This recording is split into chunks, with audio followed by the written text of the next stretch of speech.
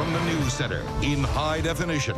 This is News Channel 8 on your side today. Through 4 generations, the Columbia restaurant has been a part of Tampa's history. Coming up a little later, we'll meet the family that's been serving up meals for more than 100 years. You're watching News Channel 8 today. Yesterday, I toured the Columbia restaurant for a look at its storied 105-year history. This morning, more about the family that built this famous Tampa landmark. And now we use that painting to grace a bottle of wine that we have made in Spain in her honor. When Richard Gonzmart walks through the Columbia, that every time I go by here, I think of my grandfather. He can't help but remember his family and the 3 generations that came before him who founded the Columbia restaurant, like his grandfather who taught Richard to always be his best. I remember seeing him throw away 60 gallons of Spanish bean soup and arguing with his chef, Sarpico, because he said it was too salty, and Sarpico said he could fix it. He says, you can't fix it because we have to make it as good as we possibly can. Richard steps back into a part of his history every time he walks into the Columbia restaurant. From the art.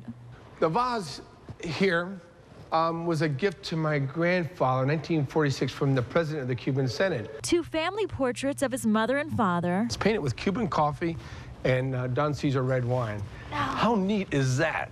To pictures and more pictures. Richard says honoring the legacy of those who came before him is a priority as president. It's our life. That's all we know, and it's fun though.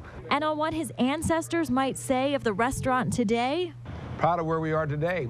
Proud to be the oldest restaurant in Florida. We weren't always the oldest, but because we're trying to be better every day. For Richard, learning from the past while looking toward the future is the recipe for success, and something he hopes will continue on to future generations, like his daughter and even granddaughter Amelia. She will remember like I do, and my daughter does, all of a sudden one day when she was here.